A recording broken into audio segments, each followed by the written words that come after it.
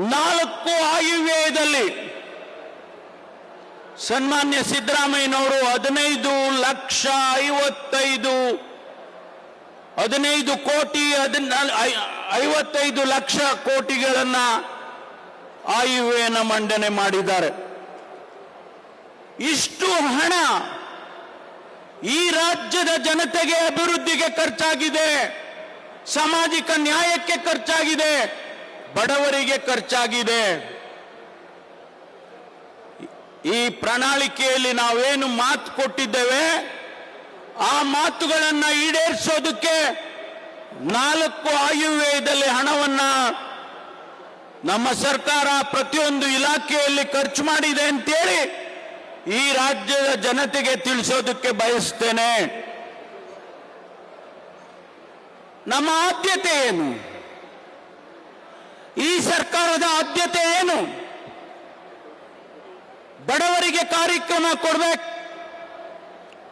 ರೈತರಿಗೆ ಕಾರ್ಯಕ್ರಮ ಕೊಡ್ಬೇಕು, ಕಾರ್ಮಿಕರಿಗೆ ಕಾರ್ಯಕ್ರಮ ಕೊಡ್ಬೇಕು, ಯಾರು ನೊಂದವರಿದ್ದಾರೆ, ಶೋಷಿತರಿದ್ದಾರೆ ಅವರಿಗೆ ಕಾರ್ಯಕ್ರಮ ಕೊಡಬೇಕು.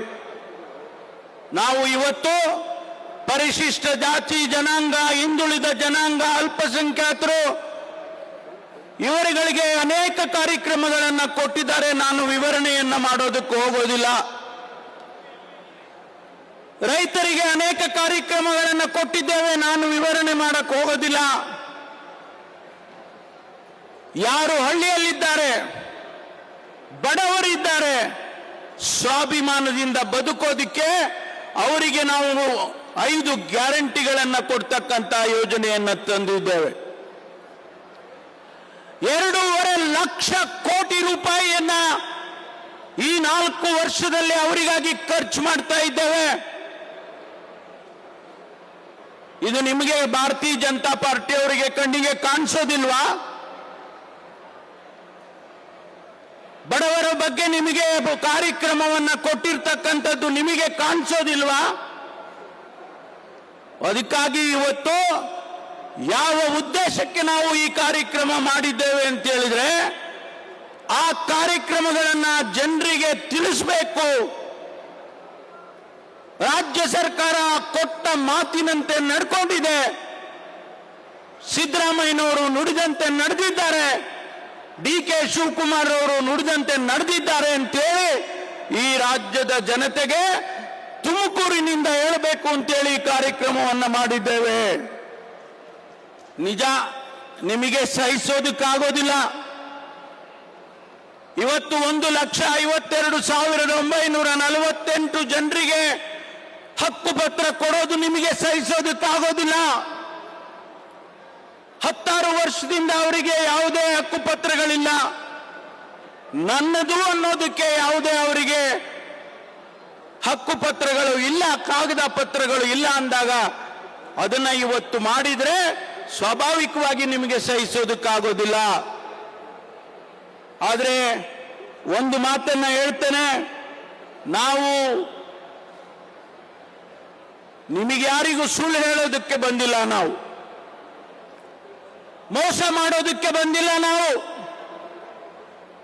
ಈ ದೇಶದ ಆರ್ಥಿಕ ವ್ಯವಸ್ಥೆಯಲ್ಲಿ ಕರ್ನಾಟಕ ರಾಜ್ಯ ಮುಂಚೂಣಿಯಲ್ಲಿದೆ ಅಂತ ಹೇಳೋದಕ್ಕೆ ಬಂದಿದ್ದೇವೆ. ಹೊರದೇಶದಿಂದ ಬಂಡವಾಳ ಹೂಡಿದ್ದಾರೆ. ಕರ್ನಾಟಕದಲ್ಲಿ 2 ಲಕ್ಷಕ್ಕೂ ಹೆಚ್ಚು ಕೋಟಿ ರೂಪಾಯಿ ಬಂಡವಾಳವನ್ನ ಇವತ್ತು ಕರ್ನಾಟಕದಲ್ಲಿ ಹೂಡಿದ್ದಾರೆ.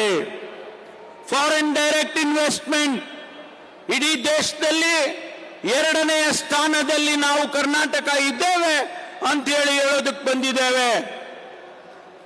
MB ಪಾಟೀಲ್ ಸಾಹೇಬ್ರು ಇಲ್ಲೇ ಇದ್ದಾರೆ. ಗ್ಲೋಬಲ್ ಇನ್ವೆಸ್ಟರ್ಸ್ ಮೀಟಿಂಗ್ ಅಂತ ಮಾಡಿದ್ರು. 10,24,000 ಕೋಟಿ ಕರ್ನಾಟಕದಲ್ಲಿ ಬಂಡವಾಳ ಹೂಡ್ತೇವೆ ಅಂತೇಳಿ ಸಹಿ ಹಾಕಿದ್ರು. ಅದು ಸುಳ್ಳ? ನೀವು ಮಾಡಿದ್ರ? ಭಾರತೀಯ ಜನತಾ ಪಾರ್ಟಿ ಆಡಳಿತದಲ್ಲಿ ಅದನ್ನ ಮಾಡಿದ್ರ? ಇವತ್ತು ಕರ್ನಾಟಕಕ್ಕೆ ಪ್ರತಿಯೊಬ್ಬರೂ ಕೂಡ ಹೊರದೇಶದಿಂದ ಇರಬಹುದು, ಹೊರ ರಾಜ್ಯದಿಂದ ಇರಬಹುದು, ಬಂಡವಾಳವನ್ನು ಹೂಡೋದಕ್ಕೆ ಬರ್ತಾ ಇದ್ದಾರೆ ಅಂತ ಹೇಳಿದ್ರೆ ಸರಿಯಾದ ಆಡಳಿತ ಇಲ್ಲದೆ ಇದ್ರೆ ಬರ್ತಾರ? ಸರಿಯಾದ ರಾಜಕೀಯ ಇಚ್ಛಾಶಕ್ತಿ ಇಲ್ಲದೆ ಇದ್ರೆ ಬರ್ತಾರ? ಭಾರತೀಯ ಜನತಾ ಪಾರ್ಟಿಯವರು ಜನ ಸಮುದಾಯಕ್ಕೆ ಇದಕ್ಕೆ ಉತ್ತರ ಕೊಡಬೇಕಾಗ್ತದೆ. ಬರೀ ಟೀಕೆ ಟಿಪ್ಪಣಿಯನ್ನ ಮಾಡಿದ್ರೆ ಸಾಲದು, ಇದಕ್ಕೆ ಉತ್ತರವನ್ನು ನೀವು ಕೊಡಬೇಕು ಜನರಿಗೆ. ಇವತ್ತು ಇನ್ನು 2 ವರ್ಷಗಳಿದ್ದಾವೆ ಸ್ನೇಹಿತರೆ.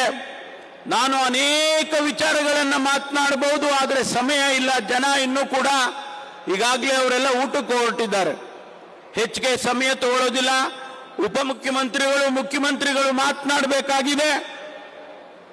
ತುಮಕೂರು ಜಿಲ್ಲೆಯಲ್ಲಿ ಇವತ್ತು ಅಭಿವೃದ್ಧಿ ಪರ್ವ ನಡೀತಾ ಇದೆ. ಕಳೆದ 3 ವರ್ಷದಲ್ಲಿ ಅನೇಕ ಯೋಜನೆಗಳನ್ನ ಕಾರ್ಯಕ್ರಮಗಳನ್ನ ಮಾಡ್ತಾ ಇದ್ದೇವೆ. ಇದು ಮಾನ್ಯ ಮುಖ್ಯಮಂತ್ರಿಗಳಿಗೆ ಇದು 4ನೆಯ ಬಹುದೊಡ್ಡ ಕಾರ್ಯಕ್ರಮ. ಈಗಾಗಲೇ 3 ಬಾರಿ ನಮ್ಮ ಜಿಲ್ಲೆಗೆ ಬಂದು ಹೋಗಿದ್ದಾರೆ. ನಾನು ಅವರಿಗೆ ಅಭಿನಂದನೆಯನ್ನ ಹೇಳೋದಕ್ಕೆ ಬಯಸ್ತೇನೆ. 2013ರಲ್ಲಿ 2014ರಲ್ಲಿ ಒಬ್ಬ ರಾಜ್ಯದ ಮುಖ್ಯಮಂತ್ರಿಯಾಗಿ 13,500 ಕೋಟಿ ರೂಪಾಯಿ ಎತ್ತಿನೊಳೆ ಯೋಜನೆ ಅಡಿಯಲ್ಲಿ ಹಾಕಿದ್ರು. ಮೊದಲನೇ ಹಂತದ ಯೋಜನೆಯನ್ನ 24ರಲ್ಲಿ ಉದ್ಘಾಟನೆಯನ್ನ ಮಾಡಿದ್ರು ಮುಖ್ಯಮಂತ್ರಿಗಳು ಉಪಮುಖ್ಯಮಂತ್ರಿಗಳು. ಇವತ್ತು ಆ ಕಾರ್ಯಕ್ರಮ ನಡೀತಾ ಇದೆ. ಮಾನ್ಯ ಉಪಮುಖ್ಯಮಂತ್ರಿಗಳು ಇರಿಗೇಷನ್ ನೀರಾವರಿ ಸಚಿವರು ಕೂಡ ಆಗಿದ್ದಾರೆ. ನನಗೆ ವಿಶ್ವಾಸ ಇದೆ, ಅವರು ಒಂದು ಕಡೆ ಹೇಳಿದ್ದಾರೆ, ನಾವು ಮುಂದಿನ ಈ ವರ್ಷದ ಜೂನ್ ಜುಲೈಯಲ್ಲಿ ತುಮಕೂರಿಗೆ ನೀರನ್ನ ತರ್ತೇವೆ ಎನ್ನುವಂತ ಮಾತನ್ನ ಮಾನ್ಯ ಉಪಮುಖ್ಯಮಂತ್ರಿಗಳು ನೀರಾವರಿ ಸಚಿವರಾಗಿ ಹೇಳಿದ್ದಾರೆ. ನಾನು ಅವರಿಗೆ ವಿಶೇಷ ಅಭಿನಂದನೆಯನ್ನು ಸಲ್ಲಿಸೋದಕ್ಕೆ ಬಯಸ್ತೇನೆ. ತುಮಕೂರು ಜಿಲ್ಲೆ, ಕೋಲಾರ ಜಿಲ್ಲೆ, ಚಿಕ್ಕಬಳ್ಳಾಪುರ ಜಿಲ್ಲೆಗೆ ಕುಡಿಯುವ ನೀರಿನ ಯೋಜನೆ ಆದಷ್ಟು ಶೀಘ್ರವಾಗಿ ಕಾರ್ಯಗತ ಆಗಬೇಕು ಅಂತೇಳಿ ನಾನು ಕೂಡ ಅವರಲ್ಲಿ ವಿನಂತಿಯನ್ನು ಮಾಡಿಕೊಳ್ತೇನೆ. ಸ್ನೇಹಿತರೆ, ನಮ್ಮ ಜಿಲ್ಲೆ ತುಮಕೂರು ಬೆಂಗಳೂರಿಗೆ ಬಹಳ ಹತ್ತಿರದಲ್ಲಿ ಇರ್ತಕ್ಕಂಥದ್ದು. ಕೇವಲ 60 ಕಿಲೋಮೀಟರ್ ಇರ್ತಕ್ಕಂಥ ಈ ತುಮಕೂರನ್ನ ಬೆಂಗಳೂರಿನ ಒಂದು ಭಾಗ ಆಗಿ ಮಾಡಬೇಕು ಅಂತೇಳಿ ನಾನು ಒತ್ತಾಯ ಮಾಡ್ತೇನೆ. ಯಾವ ರೀತಿಯಲ್ಲಿ ರಾಮನಗರವನ್ನ, ಬಿಡದಿಯನ್ನ ಮಾನ್ಯ ಉಪಮುಖ್ಯಮಂತ್ರಿಗಳು ಬೆಂಗಳೂರು ದಕ್ಷಿಣ ಅಂತೇಳಿ ಮಾಡಿದ್ದಾರೆ, ಅದೇ ರೀತಿಯಲ್ಲಿ ತುಮಕೂರನ್ನ ಬೆಂಗಳೂರಿನ ಉತ್ತರ, ಬೆಂಗಳೂರು ನಾರ್ತ್ ಅಂತೇಳಿ ಘೋಷಣೆ ಮಾಡಬೇಕು ಅಂತೇಳಿ ನಾನು ವಿನಂತಿಯನ್ನ ಮಾಡಿಕೊಳ್ತೇನೆ. ಈಗಾಗಲೇ ತುಮಕೂರಿಗೆ ಮೆಟ್ರೋ ರೈಲನ್ನು ತರೋದಕ್ಕೆ ಯೋಜನೆಯನ್ನು ಸಿದ್ಧ ಮಾಡಿದ್ದೇವೆ. ಮಾನ್ಯ ಮುಖ್ಯಮಂತ್ರಿಗಳು ಬಜೆಟ್ನಲ್ಲಿ ಹೇಳಿದ್ರು, ಯೋಜನೆಯನ್ನು ಸಿದ್ಧ ಮಾಡೋದಕ್ಕೆ ಮಾಡಿ ಅಂತಕ್ಕಂಥ ಮಾತನ್ನ ಯೋಜನೆಯ ಬಜೆಟ್ನಲ್ಲಿ ಹೇಳಿದ್ರು. ಅದರಂತೆ ಇವತ್ತು ಯೋಜನೆ ಸಿದ್ಧವಾಗಿದೆ. ಅದನ್ನು ಕೂಡ ಮಾನ್ಯ ಉಪಮುಖ್ಯಮಂತ್ರಿಗಳು ಅವರ ಖಾತೆಗೆ ಬರ್ತದೆ. ಅವರು ಮತ್ತು ಮುಖ್ಯಮಂತ್ರಿಗಳು ಅದನ್ನ ಸಾಕಾರ ಮಾಡಿಕೊಡ್ಬೇಕು ಅಂತೇಳಿ ನಾನು ಅವರಿಗೆ ಈ ಸಂದರ್ಭದಲ್ಲಿ ವಿನಂತಿಯನ್ನು ಮಾಡೋದಕ್ಕೆ ಬಯಸ್ತೇನೆ. ಸ್ನೇಹಿತರೆ, ಅನೇಕ ವಿಚಾರಗಳಿದ್ದಾವೆ, ಆದರೆ ಸಮಯದ ಅಭಾವದಿಂದ ನಾನು ಹೆಚ್ಚು ಮಾತನಾಡದೆ. ಇವತ್ತು ತಾವೆಲ್ಲರೂ ಕೂಡ ಒಂದು ಐತಿಹಾಸಿಕವಾದಂತಹ ಸಮಾರಂಭ ಇದು. ಗಿನ್ನಿಸ್ ದಾಖಲೆಯನ್ನು ಮಾಡಿರ್ತಕ್ಕಂತಹ ಸಮಾರಂಭ ಇದು. ಗಿನ್ನಿಸ್ ಅಧಿಕಾರಿಗಳು ಲಂಡನ್ನಿಂದ ಬಂದು ಇವತ್ತು ಮುಖ್ಯಮಂತ್ರಿಗಳಿಗೆ ಸರ್ಟಿಫಿಕೇಟ್ ಅನ್ನು ಕೊಟ್ಟಿದ್ದಾರೆ. 23,000 ಜನರಿಗೆ ಹಕ್ಕುಪತ್ರವನ್ನ ಒಂದೇ ಸೂರಿನ ಅಡಿಯಲ್ಲಿ ಕೊಡ್ತಾ ಇದ್ದೇವೆ ಅಂತೇಳಿ ಅವರು ಇವತ್ತು ಗಿನ್ನಿಸ್ ದಾಖಲೆಯ ಸರ್ಟಿಫಿಕೇಟ್ ಅನ್ನ ಮಾನ್ಯ ಮುಖ್ಯಮಂತ್ರಿಗಳಿಗೆ, ಜಿಲ್ಲಾಧಿಕಾರಿಗಳಿಗೆ ಕೊಟ್ಟಿದ್ದಾರೆ. ಅಂತಹ ಒಂದು ಐತಿಹಾಸಿಕ ಕಾರ್ಯಕ್ರಮಕ್ಕೆ ತಾವೆಲ್ಲರೂ ಕೂಡ, ನಮ್ಮ ಸಚಿವ ಸಂಪುಟದ ಪ್ರತಿಯೊಬ್ಬ ಸದಸ್ಯರು ಕೂಡ ಬಂದಿದ್ದಾರೆ. ಅವರಿಗೆ ನಾನು ಆಭಾರಿಯಾಗಿದ್ದೇನೆ ಅಂತಕ್ಕಂಥ ಮಾತನ್ನ ಈ ಸಂದರ್ಭದಲ್ಲಿ ಹೇಳಿ, ಮುಂದೆ ತುಮಕೂರು ಬೆಂಗಳೂರಿನ ಒಂದು ಭಾಗ ಆಗುತ್ತೆ. ಅದಕ್ಕಾಗಿ ನನ್ನ ಪ್ರಯತ್ನ, ಸಕಲ ಪ್ರಯತ್ನವನ್ನು ಕೂಡ ನಾನು ಕೂಡ ಮಾಡ್ತಾ ಇದ್ದೇನೆ. ಮಾನ್ಯ ಮುಖ್ಯಮಂತ್ರಿಗಳ, ಉಪಮುಖ್ಯಮಂತ್ರಿಗಳ ಸಹಕಾರದೊಂದಿಗೆ ಅಂತಕ್ಕಂಥ ಮಾತನ್ನ ಹೇಳಿ, ಮತ್ತೊಂದು ಬಾರಿ ನಮ್ಮ ಜಿಲ್ಲೆಯ ಜಿಲ್ಲಾಧಿಕಾರಿಗಳು ಅಸಿಸ್ಟೆಂಟ್ ಕಮಿಷನರ್ಗಳು, ತಹಶೀಲ್ದಾರ್ಗಳು ಮತ್ತು ಎಲ್ಲ ಇಲಾಖೆಯ ಮುಖ್ಯಸ್ಥರು ಮತ್ತು ರೆವಿನ್ಯೂ ಇಲಾಖೆಯ ಮುಖ್ಯಸ್ಥರುಗಳು ಕೆಳಗಿನ ಪಂಚಾಯಿತಿ ಹಂತದಿಂದ ಹಿಡಿದು ನಮ್ಮ ಬೆಂಗಳೂರಿನ ACS ವರೆಗೂ ಕೂಡ ಈ ಕಾರ್ಯಕ್ರಮಕ್ಕೆ ಸಹಕಾರವನ್ನು ಕೊಟ್ಟಿದ್ದಾರೆ. ಅದಕ್ಕಾಗಿ ಅವರಿಗೆ ನಾನು ಅಭಿನಂದನೆಯನ್ನು ಹೇಳಿ ತಮ್ಮೆಲ್ಲರಿಗೂ ವಂದಿಸಿ ನನ್ನ ಮಾತು ಮುಗಿಸ್ತೇನೆ. ಜೈ ಹಿಂದ್, ಜೈ ಕರ್ನಾಟಕ.